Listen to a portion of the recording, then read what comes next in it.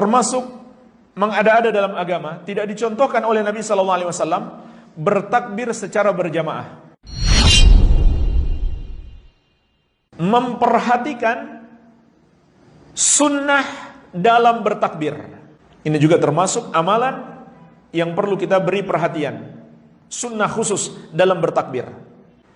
Di antaranya dianjurkan mengeraskan suara bagi kaum laki-laki. Perempuan tidak. Namun mengeraskan suara bukan teriak-teriak. Jadi mengeraskan suara. Ini sunnah.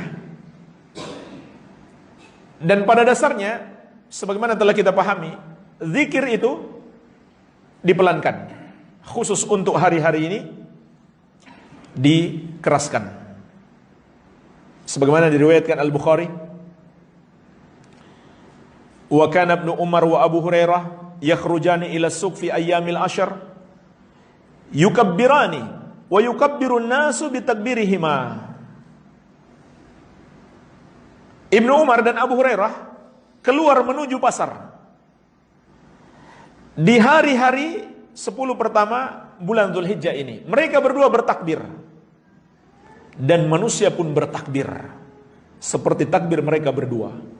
Sampai-sampai disebutkan dalam riwayat yang lain, pasar itu seperti bergetar dengan adanya takbir kaum muslimin di 10 hari pertama di bulan Dzulhijjah ini. Ini mungkin termasuk as-sunanu al-matrukah, sunnah-sunnah yang banyak ditinggalkan oleh kaum muslimin.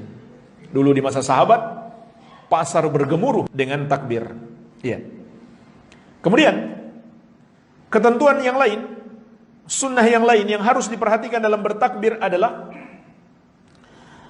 takbir itu terbagi dua. Takbir mutlak dan takbir muqayyad. Ini dalam Idul Adha. Adapun Idul Fitri hanya ada takbir mutlak. Tidak ada takbir muqayyad. Apa itu takbir mutlak? Takbir yang dibaca kapan saja tanpa terkait dengan waktu. Maksudnya waktu sholat. Kapan saja, di mana saja, di pasar, di rumah, di kendaraan, di masjid, dan lain-lain. Kecuali tentunya di WC, di tempat-tempat kotor, tidak boleh dilepaskan tapi dalam hati. Tanpa terkait waktu, kapan dan di mana saja. Yang kedua, takbir muqayyad. Takbir yang terkait dengan waktu sholat, yaitu sholat 5 waktu. Maka dua bentuk takbir ini waktunya beda. Takbir mutlak waktunya adalah tanggal 1 Dzulhijjah sampai 13 Dzulhijjah, sampai terbenam matahari. Berapa hari semuanya? 13. Tanggal 1 sampai 13 Dzulhijjah sampai terbenam matahari. Adapun takbir muqayyad, takbir yang kita lakukan setelah sholat, waktunya adalah dimulai ba'da subuh hari Arafah, tanggal 9 Dzulhijjah. Terus kita lakukan setiap habis sholat sampai ba'da asar 13 Dzulhijjah.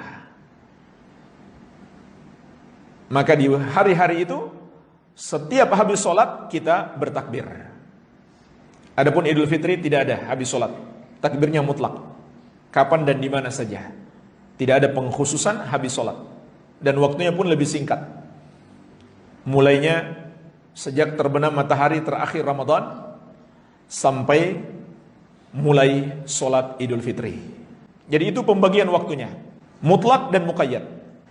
Begitu pula ini disunahkan bagi selain jamaah haji. Adapun jamaah haji, yang disunahkan untuk mereka adalah memperbanyak talbiyah. Jadi bukan memperbanyak takbir, tapi talbiyah. Labbaik Allahumma labbaik, labbaik la syarika laka labbaik, innal hamda wa ni'mata laka wal mulk la syarika lak. Nanti masuk tanggal 10 Dzulhijjah, ketika melempar jamrah Aqabah, barulah mereka dianjurkan memperbanyak takbir. Adapun sebelum itu mereka memperbanyak talbiyah. Tapi boleh mereka padukan dengan takbir, namun talbiyah lebih banyak. Dan jemaah sekalian, kata Syekh Ibnu Baz rahimahullah, ketentuan pembagian takbir mutlak dan muqayyad ini berdasarkan ijma' sahabat. Ini disepakati oleh para sahabat radhiyallahu taala anhum ajmain. Baik. Kemudian jemaah sekalian, di sini ada beberapa kesalahan yang perlu kita ingatkan. Termasuk mengada-ada dalam agama, tidak dicontohkan oleh Nabi sallallahu alaihi wasallam bertakbir secara berjamaah. Misalkan dipimpin oleh seorang lalu diikuti oleh jamaah, atau dengan membentuk sebuah kor, satu suara. Maka ini tidak dicontohkan oleh Rasulullah sallallahu alaihi wasallam. Begitu pula termasuk kemungkaran bertakbir sambil konvoi di jalanan. Ini tidak ada contoh dari Nabi sallallahu alaihi wasallam dan juga sangat mengganggu orang, bikin macet jalan. Ini dosa besar. Dengan sengaja membuat macet jalan dengan melakukan amalan yang tidak disyariatkan. Dan yang paling parah adalah bertakbir dengan nyanyian dan alat-alat musik. Bahkan sebagian ulama menyebutkan ini termasuk kekafiran. Tentu orang yang melakukannya karena dia bodoh, dia jahil, mendapatkan uzur. Kita tidak kafirkan. Tapi perbuatannya ini sampai tingkat kekafiran. Kenapa? Karena ini termasuk penghinaan. Karena nyanyian dan musik hukumnya haram. Bagaimana mungkin seseorang bertakbir mengagungkan Allah sambil berbuat maksiat? Ini termasuk kemungkaran yang besar yang banyak dilakukan hari ini. Iya. Kemudian jemaah sekalian, lafaz takbir tidak ada lafaz khusus dari Nabi sallallahu alaihi wasallam. Hanya saja diriwayatkan dari sebagian sahabat, diantaranya dari Ibnu Mas'ud radhiyallahu anhu, dikeluarkan oleh Imam Ibnu Abi Syaibah dalam musannafnya dan disahihkan oleh Syekh Al-Albani. Takbir yang diucapkan Ibnu Mas'ud adalah Allahu Akbar, Allahu Akbar, La ilaha illallah, Wallahu Akbar, Allahu Akbar, Walillahil hamd. Jadi Allahu Akbarnya 4 kali, 2 sebelum la ilaha illallah, 2 setelah la ilaha illallah. Tapi setelah la ilaha illallah ada tambahan huruf waw, wallahu akbar. Kemudian ditutup dengan walillahil hamd. Kalau ada yang membaca 3 di awal, tidak mengapa insyaallah.